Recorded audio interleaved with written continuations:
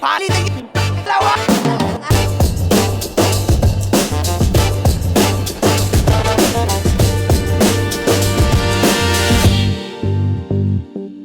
Oragon Rap Battles presents Entrada 2. Mag-ingay para sa susunod na laban. Sa kanan ko, nanggaling pa ng Daet, Camarines Norte, mag-ingay para kay Aril. Paano kung yung style tol ng iyong idol hologamin? Yeah! Shoutout sa Mad Project Clothing para sa damit sa 460 Street Connection. Sa kaliwa ko naman, galing pa ng Legazpi City, Albay, mag-ingay para kay Weng. Ibitin hanggang di na masin. Pag pinipilit, pipilitin, di mo kaya maging kagaya ko. Nakikipagsabayan sa itablado, totoo. Buhay pare, pati pato, tinaya ko. Wag kang Shoutout sa mga Day One, Sina Rebustilla, Janelle, si Royales, Jan Vargas, yung Pineda, Jedrick, Jam, Tabuboy, La Veranda Boys, lalong-lalo na sa Lumboy Mafia. Salamat. Yo, nanalo ng coin to si Aril. Pinili niya mauna si Weng. Unang banat, pakinggan natin, round 1. Weng. Yo, Entrada Game! Hey! Siya nga pala si Aril. Oo, yung MC ng Online Rap Battle League. Huli ka. Di daw umuubra yung kalaban sa kanya kasi yung sulat niya, ginagamitan niya ng mahika. Ulul, wag ako lilangin mo kahit gaano kabigat yung sulat mo kung binabadibag mo naman yung camera. Kasi isa daw to sa mabigat na MC dun sa kabila. Sabi nung host nila na AI.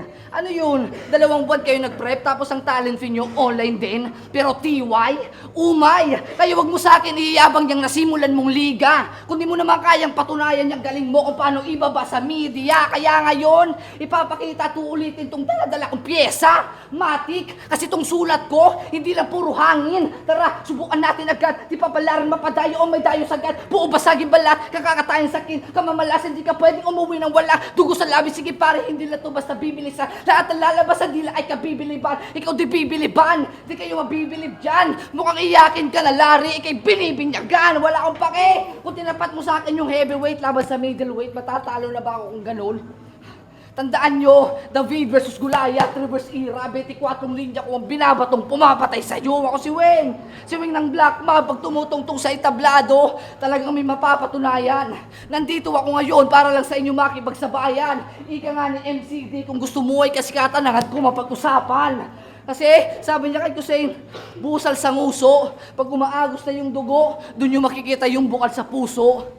Tangin na ganun ka mag-struck, man. O eto, saluin mo, bete, mebe, pagkasaksak, sa bunbunan, hindi ko muna bubunutin, hiwain, palalamunan, kayang-kaya kong galusin, papunta sa left side, tutusok-tusukin, paikot-ikutin, punto por punto. Hanggang sa wala kayong naririnig na heartbeat, ganun lang kapag binubukal ko na yung puso. Paano? Round 1, pakinggan natin. Aril. Pano! Butang ina mo! Bumabattle daw ako online. Tama ka dun, Gar. Buti pa yung cellphone ko mayroong bar. Bumabattle ako online. Patunay lang yan na kahit malayo kaya kong pumaslang. Mukhang lasing ang puta. O mukha kang lasing pag nagrarap. Pabibo masyado, parang maoy gumanap. Agresibo kada battle, kala mo ay papalag. Di ka pa nakainom, mukha ka ng burat. Kaya labas ang baho nitong burat na parang di nagpatuloy na binata. Support ka na makata, ulol ka na yata. Kung ayaw magbatabas ang balat nitong burat, ako nang bahala. Tutuliin ko tong burat, pati ulo ay kasama. Round 1 game. Malamang, may sabon reference ka na inihanda. Di na ako dyan mabibigla. Ako tong tinatawag yung sabon, pero kayo tong masasakit sa mata. Sabay-sabay na kayo umiyak. Mga baka ng ina. Sabay-sabay papayakin ang sabon na parang soap opera. Sasabunin kita ng gusto at walang makakapigil. Sasabunin on cam na parang mga staff ni Kuya Well.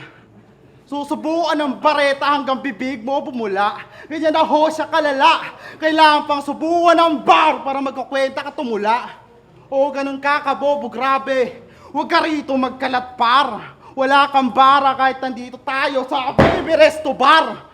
Para kang papatantan. Ang sarap mo lang tulugan. Pero panis yung papatantan pag ikaw ang aking tinuluyan. Kaya sumuko ka na lang ng kusa. Kahit magsuot ng MMXN clothing, di ka sa akin makakaporma. Ganyan mag-promote. Relatable sa kalaban. Mga sponsor tila naging St. Peter, naging present sa iyong kamatayan. Time. Pangalawang banat, Weng. Di ako magre-rebat. Game. Tangin na round 2 na. Pag-usapan naman natin, ba't umalis ka dun sa LA? Legazpi Albay.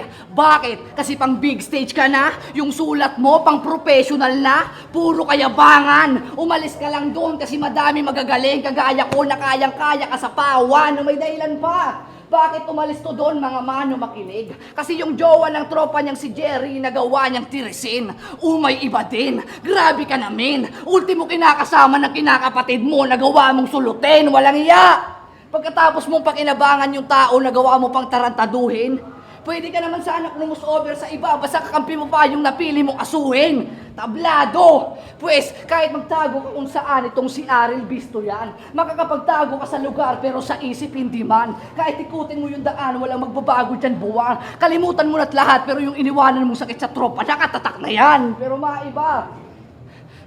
maiba, di ba tinalo ka nung bad child? Eto na, sabon. Di ba tinalo ka nung bad child? Winordplayan ka lang ng sabon, bigla ka nang natunaw. Puro generic kasi yung lines, kaya agad nalusaw. Tangina tinalo ka nung bata, siya pa yung pinagapang. Minor na nga yung katapat, ikaw pa yung hinarangan. Maluyahon ka kaya? Pues, kung tinalo ka nung bata, sa magulang pa kaya kasi? Walang kwenta tong kadwelong tinapat mo pinakain. Hoy, laban! Kayang-kaya ko kain itong Ariel na hinihain. Boy, tapang! Kasi ano bang mapapala sa'yo? 4-6 ka na? Dait ka Marina Sur? Iniwanan mo yung Legazpi dahil sa nakaraan mo doon? Gago ka ba? Kaya heto, saluin mo yung dala ko na gun bars. Pinapatay ka na mismo ng kalugar mo dahil sa iniwanan mo na 4-5. Sino si Jerry? Putang ina mo, di ko yung kilala. Sino si Jerry?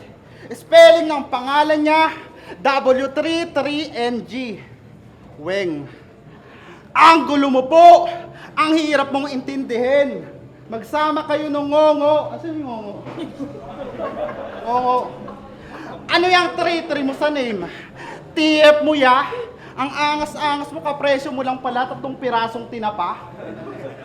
Naglagay ng bilang sa pangalan para masabing may bilang kanyang ngalan. Sa akin mo yan pagbabayaran, tila may bilang iyong ngalan.